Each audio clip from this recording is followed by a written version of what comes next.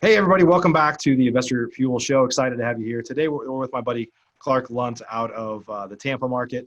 And we're going to be talking about really kind of solving seller problems. And we like, as we like to say, hey, it's not about buying houses, it's about solving seller problems. Kind of getting into the mindset of that and how to improve your mindset so you can close more deals.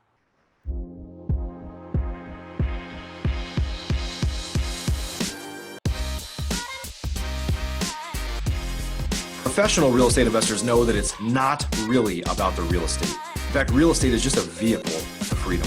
A group of over 100 of the nation's leading real estate investors from across the country meet several times a year at the Investor Fuel Real Estate Mastermind to share ideas on how to strengthen each other's businesses, but also to come together as friends and build more fulfilling lives for all of those around us.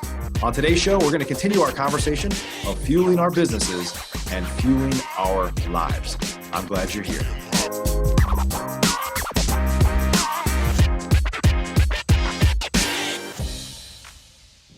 Hey, Clark, welcome to the show. Thank you very much, Mike. I'm looking forward to being here. Thanks for having me. Yeah, glad you're here. Good to see you as always. So, Yeah.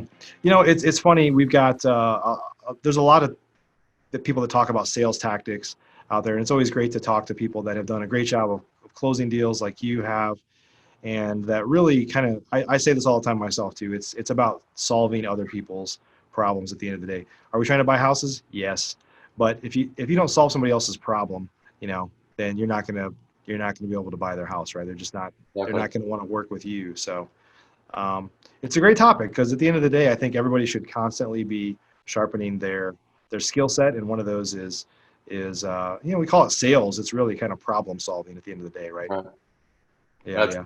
I mean, that's kind of what I mean. I think that if you're not solving a problem, then you're not going to make a sale. So that's where it starts. Ultimately, yeah, for sure. So, hey, before we get started, tell us about your background and how you got into real estate investing. So I actually my senior year of college, I lived in a house with 7 other guys at Oklahoma State in 2004, and I remember I paid like $300 a month in rent, and I thought it was so cheap. And we lived in this big kind of old house, and I remember when I was graduating and I was trying to get my deposit back from the landlord. I started to think about it. I was like, this guy made $2,200 a month, and that house is worth like $70,000. And although he had to put up with a lot of, let's just say he had to deal with some festivities that went on from time to time, I just, the place was a dump, and we didn't really expect him to keep it up, and because we thought we were paying so little. So it kind of a light bulb went off in my head as to, wow, is it possible to bring in a couple grand a month on such a low value property? And we had rooms that were in between hallways. I mean, it was probably a 4-bedroom house with like 7 guys living there. So he split it up. So a light bulb kind of went off, and so I just did kind of the corporate thing for about 10 years, or about 5 years after college, and started buying a house, living in it, getting roommates, buying another house. I added it up. I've had a total of 25 roommates total. Craigslist roommates and college roommates and buddies, and so I've had some interesting stories. So I guess the whole house hacking thing is kind of what got me started. Yeah. What was your corporate? What did you do in the corporate world? So my family owned a window and door company, so I did outside sales for them. So I basically people would call in, I'd go out and provide bids to sell windows or doors or hurricane shutters. I was in Pensacola, Florida, and so when I kind of saw the direct to seller market, where I could go out to their house, sit down, and kind of like we were talking about solving problems. Yep. Another light bulb went off in my head. I'm like, wow, you mean I don't have to buy a house through a real estate agent? And I was hooked after that. So. Yeah, that skill set is a perfect one for kind of selling higher end products, consultative type products for sure. Yeah, that's awesome. So let's talk a little bit about what it takes to be successful in solving problems. And we talked a little bit ahead of time. One of the things that we talked about is just up front, just your mindset, right? How you go into a house, how you're prepared to go in and solve problems. And talk about that a little bit. So, I think everyone wants to be able to go in and buy a house But I think that that's not the mindset that you really need to have when you set up an appointment, whether it's on the phone or Zoom or you're actually sitting in their living room. And I think that if you can go into each appointment knowing that these folks reach out to you for some reason, depending on whether you work for a company or you own your own company, the title of your company is probably not "We Pay Top Dollars Cash," so they know that when they're calling, they're probably not going to get the top offer. So there's probably an issue going on there. And if you can leave your ego at the door and you can go and you can sit down with these people and truly have the mindset that says, I want to learn about these people. I want to do my best to ask the right questions, ask a lot of questions, to be able to truly understand their situation, to be able to make the right offer. And sometimes the right offer is no offer at all. Sometimes it's a referral to a good painter. Sometimes it's, hey, you just need a property manager.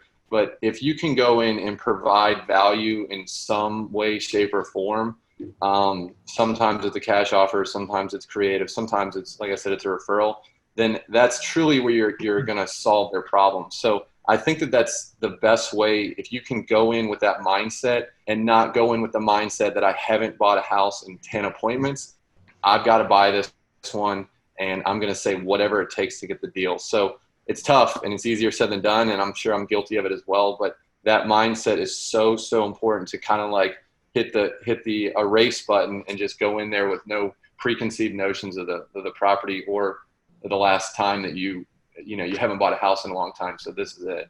Yeah, it's so true. I've actually had this story that I've told a number of times about when I first started. And, the short version of the story is like, we really did need to buy a house. Like we needed that boost of confidence. We needed some money. Right. We needed to and I used to, when I first started, I would literally, it was about me. I was like, man, I was literally praying like, God, please let me buy this house. And of course, in hindsight, you look back and you're like, well, it was never about me. Like it wasn't, if I can't solve that person's problem, then I can't win either. Right. Right. And so, and I've kind of said before, I think at the end of the day, if you go in and you're like, I need to help this person, I need to help this person. Do I want to buy the house? Of course I want to buy the house. But if I can't serve them, Right. I can't win. It really makes your life. I mean, at the end of the day, we buy a very small percentage of the houses that we look at. And so it really makes your life better if you're like, well, I didn't buy their house, but I think I helped them. Right. And so Yeah. I think it just makes it a more fulfilling day when you've helped. Maybe I haven't bought all the houses, but I helped a lot more people than Right. I would have otherwise. If you have I think that if you're worried that you go to a closing with a seller and you're like, don't even want to talk to them because they just think that you pulled one over on them, then I think you're not doing it the right way. So, Yeah, you're right. it should always be, hey, I'm going to go to the closing, shake their hands, wish them the best, and in hopes that I've had tears at the closing table, hugs, and that's how it should be, because that's truly where I think that our business helps people. Yeah. And if you're having a duck and seeing like, oh, I hope they sign and that's it. It may get some short-term gratification, but it's not gonna last long-term. Yeah. So you talked about kind of asking the right questions and kind of asking maybe some tough questions sometimes. Talk about that a little bit. Yeah, I think that a lot of that goes into just going through sales training. I remember when I graduated college, I was like, I'm done, never going to have to go to any kind of courses anymore. And I didn't for probably 6, 8, maybe even 10 years. And now I've probably gone to more seminars and more training. I go to weekly sales training now, and it's extremely important. But I actually have a list of questions that I keep on my iPad. So when I'm sitting there talking with people, I scroll through it because I still, there's so many good questions to ask. But, I think that you've got to go deeper than how many bedrooms and bathrooms do you have. But part of that, I think the best questions are for you to be able to have a good understanding with them, and then be able to take from what you talked about earlier and say, I know you mentioned about this earlier, but then when I asked you about this, it sounds like you may have said something different. I'm confused. It's not adding up. Can you elaborate on that a little bit? And to be able to truly, find where, what their true problem is, because they're never going to tell you the first problem. I think the rule of thumb is you have to ask 3 or 4 questions on that existing topic. And so if you have kind of, practicing and you're asking the right questions, but you have to listen. And if you're not listening and you just have your agenda and your questions, then it's not going to work. So it's something that you constantly have to be referring back to. You mentioned this, you said this, and it shows that you're listening, which hopefully, it shows that you actually care about what they're saying. And I think people tend to like that. I mean, it just shows that you care for what they're talking about.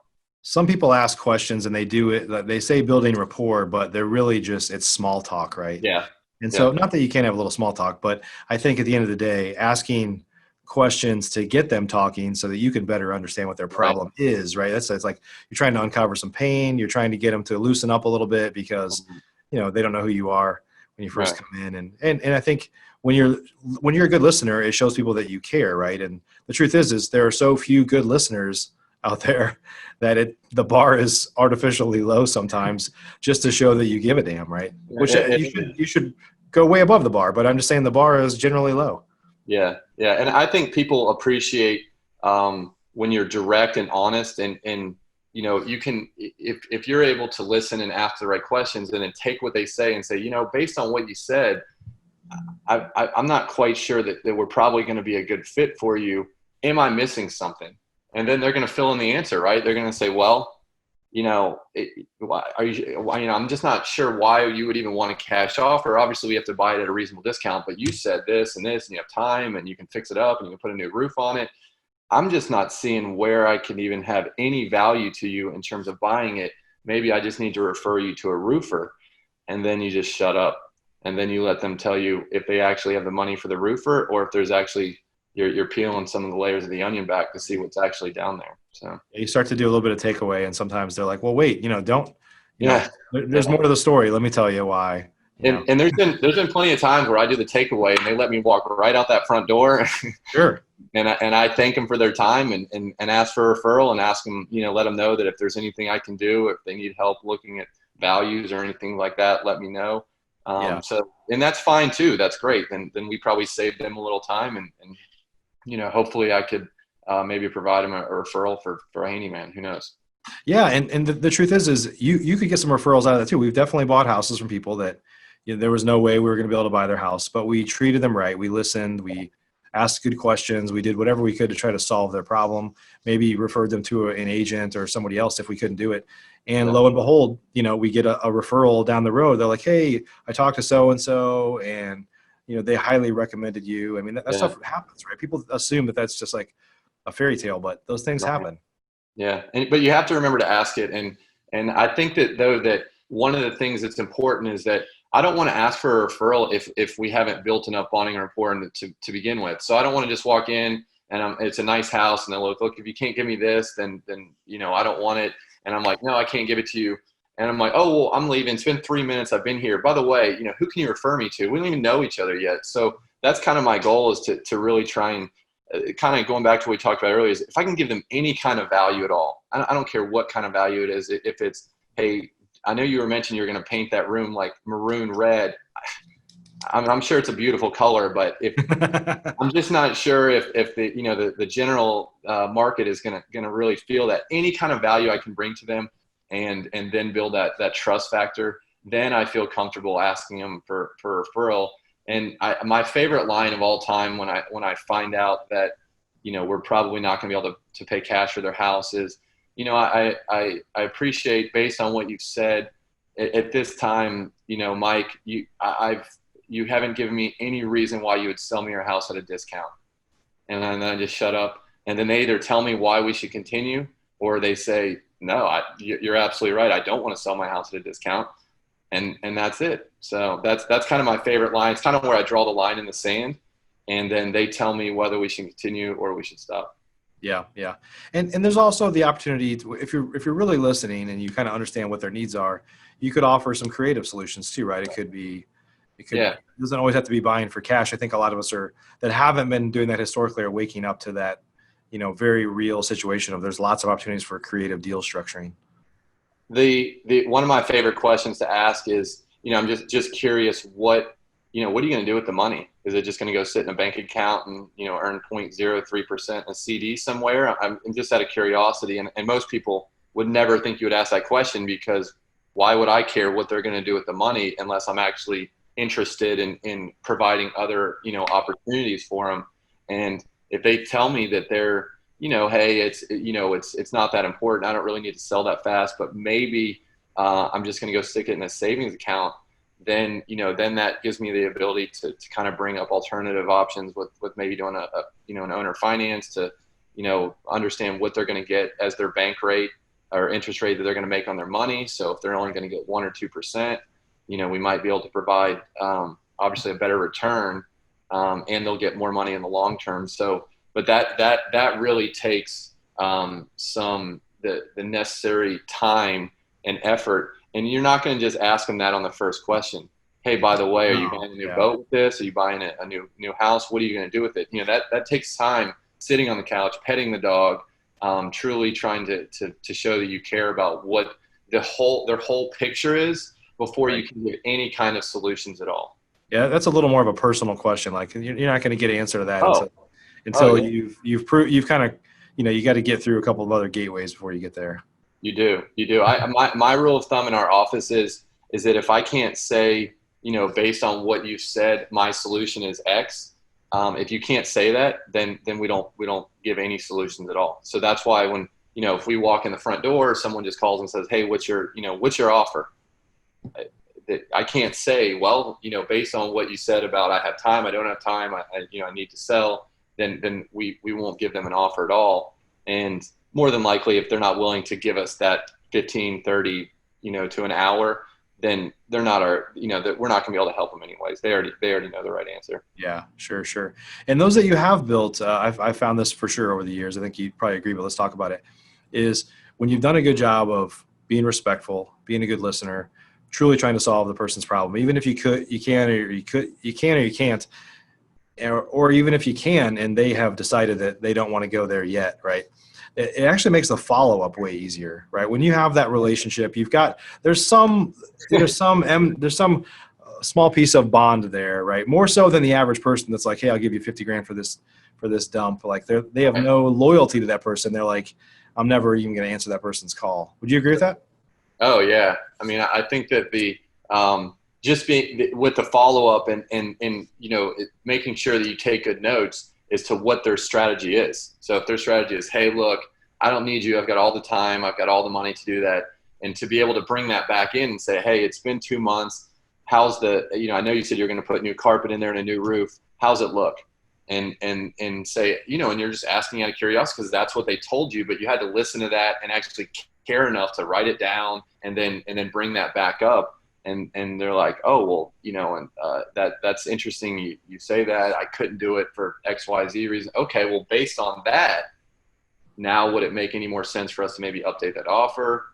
Should we get back together? But if it's just, hey, you call them and you say, have you sold your house yet? No. It's not a good, right. That's it. That's the end of the discussion, right? Have you sold, the close-ending question, right? Have you sold your house yet? No. Are you interested in my cash offer? No. All right. Well, that's it. But it gets them talking when it's like, I know you mentioned you were going to do all these upgrades because it's going to be super easy. And of course your brother knows how to, your brother's friend, his uncle knows how to do all this stuff at like 10% of cost. How's he doing? And then of course the brother, he couldn't quite get to that job. So. Right. Or that cost was totally unreasonable, or right. The next door neighbor never could get financing to buy it or whatever. Yeah.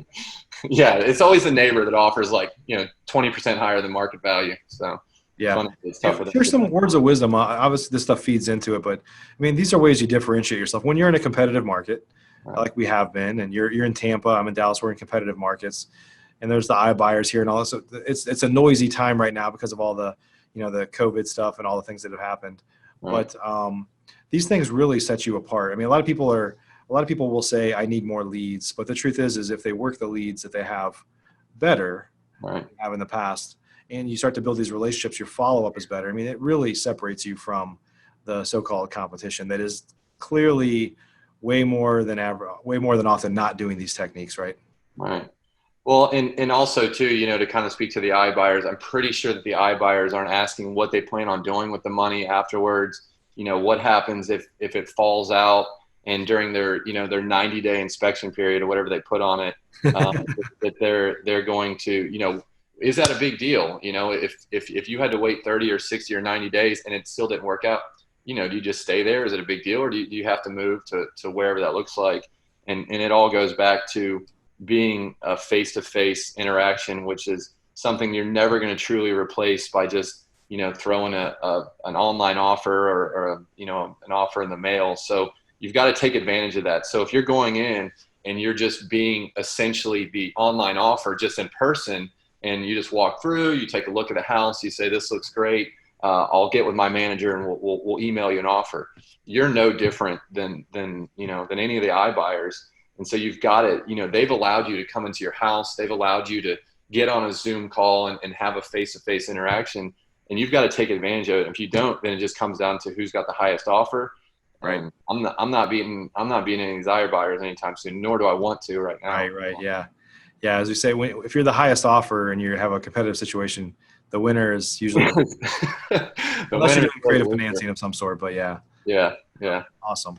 Well, Clark, you've been a member of Investor Fuel for a little while now. Would you mind sharing just a brief testimonial on how the group's impacted you or what you think about it? Yeah. It's definitely. I came from kind of the franchise model to where they did a lot of the stuff for me, and I transitioned out of that, and so I kind of was looking for kind of another family to be able to join, and it's really been. I mean, it's been one of the best decisions I've ever made in my business career, and I've made friends from it now, personal friends, and it's just given me kind of that push in the right direction, because honestly, it's scary as hell to go out on your own, whether you're coming from a franchise model or you're just starting. So it enabled me to kind of get into a group of like-minded individuals and basically go copy their homework and say, what do you do? And then I try and, provide value where I feel like I'm confident in.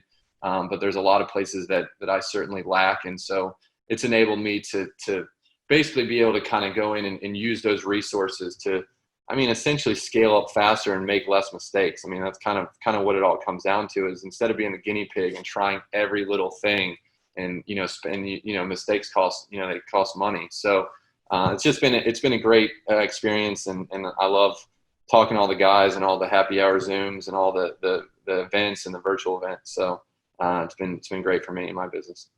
Awesome. Thank you for that. Yeah. I think that's what it's about, is kind of learning and growing together, just sharing ideas. Or we're all a bunch of petri dishes out here, like Right. testing stuff, trying to figure stuff out, risking our own resources to like get it done. And so when you kind of realize like, hey, if I share what I do with other people, they're going to share what they do. You just climb the learning curve so much faster than trying to figure it out on your own. Yep. Yeah. Cool. Well, hey, Clark, if folks want to connect with you, you operate out of the Tampa market. If they want to connect with you or learn more, where could they go? So I'm in Tampa, and we buy in Central Florida and in the Panhandle of Florida and a little bit in Alabama. And you can get me on Facebook at Clark Lunt, at Easy Sale HQ is our business page, or you can find me on Instagram at the U Serious Clark 23, which is from National Lampoon's Christmas Vacation. So you Serious Clark. So anyways, the letter U, Serious Clark 23 Instagram. So I'd love to connect with anyone that wants to. I'll talk real estate all day long. I know my wife doesn't like to hear that, but she'd rather I'd not. But anyways. Yeah, cool, buddy. Well, hey, thanks for sharing your insights with us, your story a little bit today. Good stuff. I think everybody really should focus on honing their sales skills, but for us, it's not like hard sale, I'm going to close your ass type skill. Right. Like I'm going to help people, and in the process, I can make some money too. Right. Yeah. If you can go, I just think it's just, if you can go in with the mindset of saying, I want to understand what this person's problem is, and I don't want to provide any solution until I understand fully about what it is, I think you're going to be much more successful, and you're going to separate yourself from a lot of people. No doubt. So, hey, thanks again, buddy, for sharing some insights with us today. All right. Thanks, Mike. Appreciate it, bud. And everybody, hey, thanks for joining us today. Hope you got some good value out of this episode. If you haven't yet, subscribe to us on iTunes, Stitcher, Google Play, YouTube, wherever you're watching that right now. We'd love it if you did subscribe. You can also find all of our shows on investorfuel.com. Have a great week. See you on the next show. you an active real estate investor? If so, and you want to latch on to the power of surrounding yourself with over 100 of the nation's leading real estate investors, all committed to building stronger businesses and living richer, fuller lives, you should jump on a call with us to learn more about Investor Fuel. Simply visit investorfuel.com to get started.